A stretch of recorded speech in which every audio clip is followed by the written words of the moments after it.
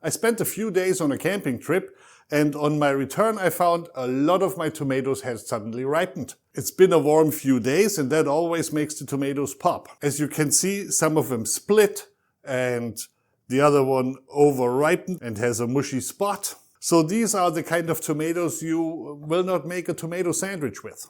That said, they're perfectly good for other uses. I'm gonna do 2 dishes today. The first one is gonna be a tomato soup, and the second one is gonna be pasta pomodoro. I've already washed these nice ripe tomatoes, and I'm just cutting out the bad spots here. No need to do much else to them other than cutting them up into pieces, because all this goes through a food mill later. A rough chop is all it takes, and you can leave the green spots on because your food mill is going to take this out. For the rest of the prep, I'm using an onion. This is a torpedo onion, which personally I prefer over the classic shallot. It's a nice sweet onion, and it's got this like reddish meat. We don't need all that much, so let's use the little one here. You don't need to chop this up all too fine, because again, we're gonna run this through a food mill. There has to be garlic in it, no way around that. And then of course we need some basil. In principle, this is all the prep there is for the tomato soup. I, however, want some fresh croutons on it, because that soup is just perfectly suited for fresh croutons. Here's a freshly baked baguette. It's actually still warm. This is from Trader Joe's. If you have one, they have this French baguette that's par baked, and you just pop it into the oven for a few minutes. It's excellent. Of course, a good crouton needs some garlic. What else? So let's squeeze in some garlic here. 2 cloves will do. And then add some nice extra virgin olive oil. Don't be too skimpy, you want these things to crisp up. Add a sprinkle of kosher salt. You want every crouton coated with the oil. There's a few pieces that are not perfectly coated yet. Add a little more oil in that case. There, they're looking good now. If you wanted to, you could add a little heat to this. I'm going to refrain from it, but a little bit of cayenne pepper or a little bit of smoked paprika would do nice on these. I prepared a sheet. Spread them out. Of course, if you have an air fryer, use the air fryer. That's a good application for it again. I'm just gonna pop this into my convection oven for, 10 minutes until they're crisp, roughly 350 to 400. Just go check in between and make sure you don't burn it. And while those croutons enjoy some heat, why don't you give this video a like and subscribe to my channel so you don't miss another episode. In a preheated pot, start with a little bit of extra virgin olive oil, maybe like 2 or 3 tablespoons. Don't get this too hot. Evo doesn't like over 350 degrees. Add your onions, little dash of salt. Once your onions have sweated for a few minutes, add your tomatoes.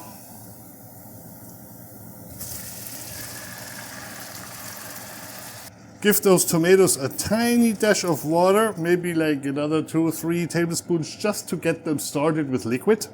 Set the temperature to medium, put a lid on, and let them simmer for a few minutes until the tomatoes start to break down.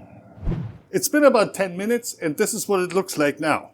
All the tomatoes have broken down, so it's time to run this through a food mill. If you've never seen one, this is a food mill. Looks like this. It has a crank with an auger, and it simply pushes whatever you put in through that sieve in the bottom. I tend to spoon things in, although this is an amount that you could probably just pour in. Of course, if you're the proud owner of a high-powered blender like a Vitamix, you can simply blend this up. In that case, you should remove the green stems when prepping the tomatoes. If you're wondering, yes, I'm running this backwards every few turns just to scrape up all the skins that sit on that sieve. I'm reusing the pot. At this point, we have a really nice soupy consistency. You could add some water if yours is very thick. This, for me, is a very good soup consistency. I'm now adding the garlic. You could do that earlier. I like it when the garlic is fairly fresh in the flavoring. And I'm tossing in some basil with stems and everything. We'll fish them out in a little bit. Of course, it needs salt. Now we let this steep on a medium-low for another few minutes. And in the meantime, you can think about what to serve with it. We have our croutons that will provide a really nice crunch. Another few minutes have passed. Very nice. Remove the basil.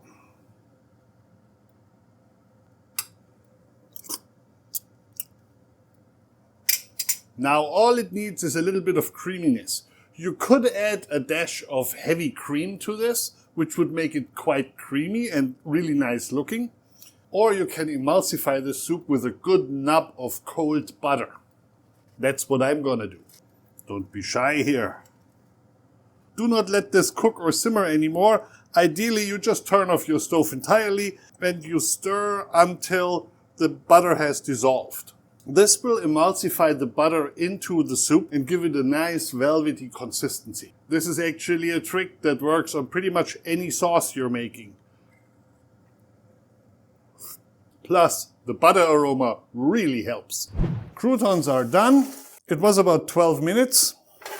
Nice, crunchy, golden. That's exactly what you want.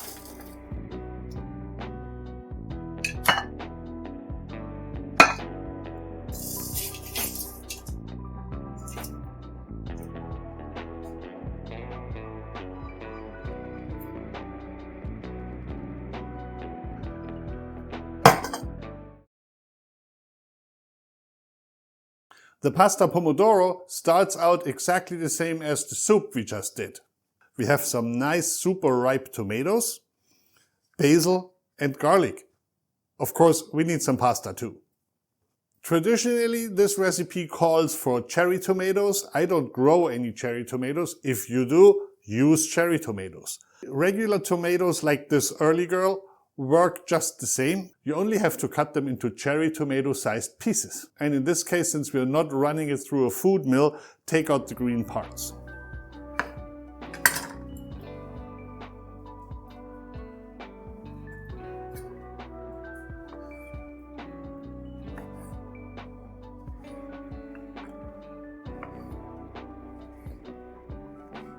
I've already peeled some garlic, and again we're going to need some onion. I'm using the torpedo onion again. Traditionally there's no onion in pasta pomodoro, so you can omit that. Personally, I like the flavor of onion in it, so I'm cutting some onion medium fine.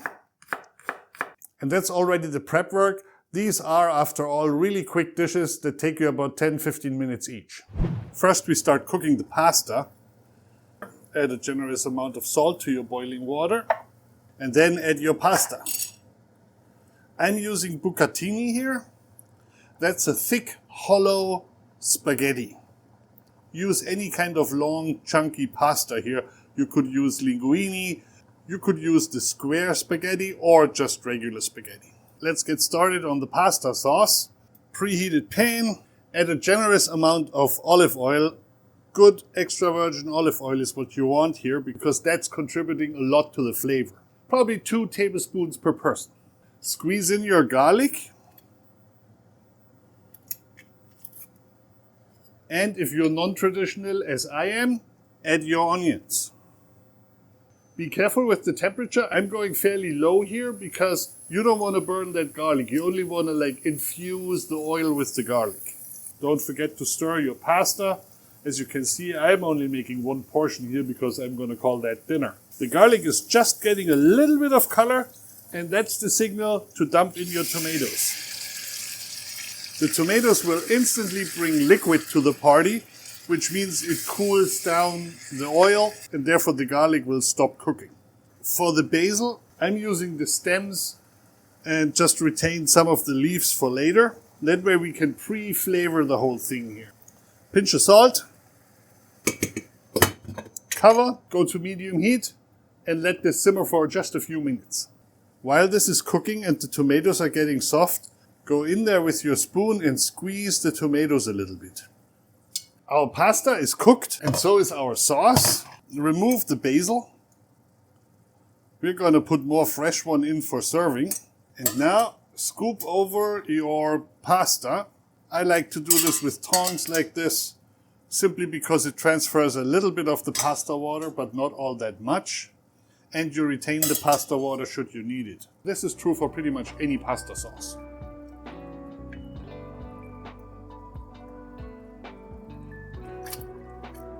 There we go.